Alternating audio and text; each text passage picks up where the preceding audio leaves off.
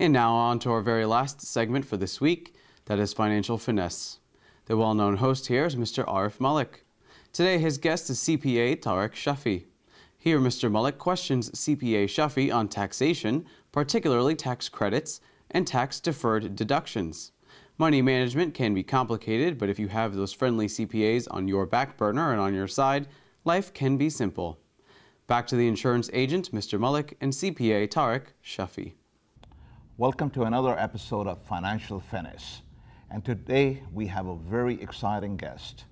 He's a CPA, he's a professor in Stanford University, he's a great speaker, been in the area for a long time. I had him previously on Who's Who, and I was really impressed with his knowledge and the guidance he gave us. And here we have Mr. Tariq Shafi. Thank you, Mr. Tariq, for coming in. Pleasure to be with you again, Arif. It's a pleasure. It's always a pleasure to see you and talk to you. Thank you. And we have, since you're just getting out of the tax season, and I'm sure people who have made mistakes in the last year would be trying to get some knowledge for the coming year. Right. So it's always the right time to do any kind of planning is now today. That's what I've been taught by my teachers and tutors every day. Today we'll be talking about some tax credits, tax deferred, tax deductions, you know. So we need all your help for our viewers there, so give them knowledge, and then we'll take one thing at a time. So we would start with the tax deductions first. Okay. What do you want to tell us about tax deductions? Well, tax deductions, Arif, are those expenditures, expenses that can be taken away. They can offset your taxable income so that your taxable income is reduced, thereby you pay less taxes. Those are expenses that are business related that the IRS allows you to deduct from your income. Okay, and parameters are different, I'm sure. Yes. For businessmen, it's something else. For a person who is working at his job, is something else. Absolutely. And somebody who's a freelancer, self-employed, should be somebody else. Some people get 1099. That's right. Other things, you know. How does 1099 work here? 1099s are miscellaneous income related to your business income, which a contractor, for example, gives you, or some clients would give me, for example, because I'm not their employee, they're not my employers. So since I work for a fee, they would provide me with a 1099 form. A copy goes to the IRS, a copy stays with the person to whom I have provided services, and I get a copy so that I and the IRS can merge and make sure that I'm declaring all my income, because it's now all recorded as compliance. Oh, great. And these days, people are getting less and less 1099s as IRS is more preferring on a W-2s, where taxes are taken before than rather later. Excellent point, excellent point. The IRS prefers a relationship between a worker and another person to be as a common law employee, because they can get to collect the FICA taxes, Social Security taxes, and Medicare taxes at the outset. Every paycheck that the employer pays, IRS has to get the Social Security and Medicare taxes up front. So they like that idea more than having a subcontractor, contractor kind of basis, so that some cases, for example, in my case that I just mentioned, the law is totally clear. I cannot be an employee of the person to whom I am providing a service. It's a fee for service, so I cannot be on a W-2. But if I, for example, have a worker who works for me during the tax season, or my staff, then clearly it is a W-2 type of situation, and I must withhold Social Security taxes. Oh, okay. That's what they are trying to do. That's what they are trying to do, because don't forget, Social Security is not that viable. maybe in 20, 30 years, we're in a danger of just going into the red completely. Exactly. I think you and me will qualify for a little bit. I think we're on but safe our children will Yeah. face a lot of problems. Yeah, that's right. Or the grandchildren, Or the perhaps. grandchildren. Yeah. You know, they've been talking about it for a long time, that somebody wants to privatize it, somebody wants That's to do right. this. I mean, with the stock market, what happened 2008, That's 9, right. I don't see that happening. Well, again, I think you've touched upon a very important point, Arif, if I may say so, because Social Security really wasn't meant to be your retirement vehicle. It Yeah. wasn't that this was it, you could retire with a gold watch from your employer and Yeah. Social Security payments, and that you lived happily ever after. Because of inflation, standards of living have risen. Americans are living longer, perhaps healthier lives. Oh, yeah. So they risk a very, there's a very risky situation where they might outlive their retirement. So it's great to get it, retirement, and as you say, the elderly and people in our twilight working years will collect Social Security, no doubt about it. And Congress, even though Congress doesn't work in, it doesn't believe in compromise these days, especially. Okay. But I think in the long run, short term, after the election, this year's November presidential election, I think they would have to get together and with the community and make sure that Social Security somehow becomes more and more viable as years go by. And then another thing which has happened is a lot of people relying on these things because there's no more pension plans. A lot of except the government, I don't see too many companies running that plan anymore. There are, they've gone down in value because it's become so expensive. Yeah. The healthcare, so-called Affordable Act, compliance issues, regulations, all those things impact your fiscal and monetary policies. Okay. And then there is something called tax deferred.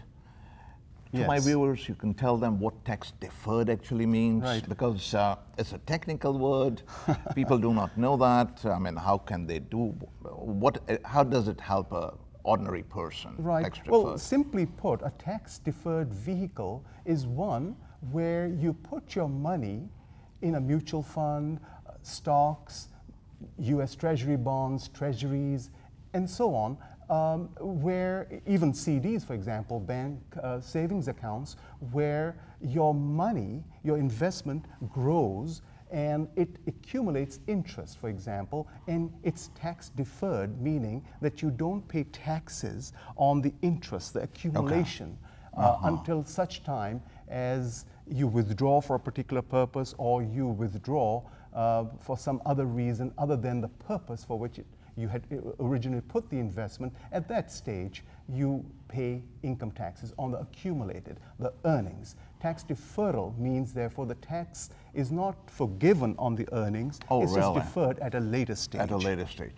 But what happens if today my tax bracket is 33%? Right. And when I'm taking the money out, it's 42. Well, the income has gone up, so I'll be paying 33 or 42. You will, exactly, you will pay at the rate which is in effect when you withdraw your funds. Ah, okay, okay. So it works that you are accumulating money, but it's more accumulation for the government, that you pay them later Well, on. don't forget another thing. As you grow older, the idea is that when you retire, more than likely you will be in a lower tax bracket. Ah, so when that you, is very that's right. If interesting. you are in a top bracket right now, say 35%, when you retire and you're collecting Social Security and doing extra work, no problem. Ah, you will pay fantastic. less because you are overall not earning as much as you used to. Exactly. It's a good thing to do for your retirement, actually. Oh, I think Because, so. wow, never thought of that. And for our viewers, I think that's a good thing to do. Right. If you can put money, some vehicle, tax deferred, get it when you're retiring. Don't do it before, you'll be in a lot of trouble. Well, you can defer exactly. taxes for various reasons. It could be education planning for your children, your dependents, your spouse, yourself, or for retirement plans, for example. So lots of things. You've heard of other pension plans. I won't name them, but individual retirement accounts, IRAs, is very things like that. We could go into details one by one as the program goes, of course. You know. Yeah. We'll be here for a long time, don't worry. We're not going anywhere. Right. Then how about this tax credits? Right. How does that work? I mean, what do I get? Credit for a tax or what? That's a great point. Earlier we just talked about what a deduction is. Yeah. A deduction is an actual dollar amount that is deducted from your taxable income. A tax credit, by contrast, means that for every tax credit dollar, you are reducing your actual taxes. So it's, in my experience with our clients, we find that tax credits are more helpful than tax deductions. Oh, really? Because how does it work? For example, we just talked about education planning. Okay. Your child is entitled to either a deduction, which reduces your taxable income, or a dollar-for-dollar reduction of your tax liability. That is more of a tax benefit than a deduction in the circumstances that we've just talked about. That's great. And a little bit on your teaching experience. You've been I'm an adjunct professor at Stratford University, and so it brings my academic qualifications, my practical nuts and bolts all together, and my students benefit from my field experience. Fantastic.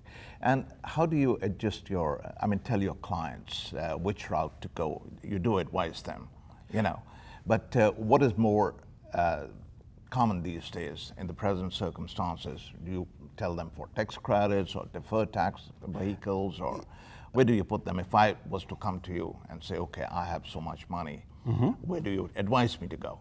Exactly. Well, each circumstance is different. Yeah, I agree. It depends on Arif Malik's circumstances, goals, aspirations, what your age group is, what your investment philosophy is, whether you're conservative, semi-aggressive, or very aggressive, how you intend to disperse funds when you move on, who your beneficiaries are. Okay. And we've talked earlier also about planning for your loved ones. So we're talking about inter vivos planning, which is while you're alive and you're taking the benefits, the fruits of your hard work, and also when you move on, and what you have done for your beneficiaries. So it's not one formula that fits all, but we come together and with each client and let us analyze your goals and aspirations, and we work from there. My last question, since we're running short on time, the cameraman just showed me a big sign. Last question. I have some tax deferred income sitting there, and tomorrow I'm not there. Do my beneficiaries pay those taxes, or do they get it tax-free? Again, a very complicated topic. It depends on the purpose for which the tax investment was put in the first place. Okay. So really, again, it's a very complex subject to be talking about right now, but again, it depends on your aspirations, the originality of the tax deferral, and again, it depends on each particular circumstance, whether you pay the taxes, whether beneficiaries collect the money up front or pay taxes. Fantastic. We have had a very fruitful discussion today with Mr. Tariq here. He's an expert, been doing it for over 35 years. My suggestion to all my viewers is see an expert, see a specialist, see a consultant when you're planning anything. And thank you very much. My pleasure. Tariq. It's been wonderful. If you want to say anything, last words on taxation to the viewers. See you soon. Thank you so much. Right. It was a pleasure. All right.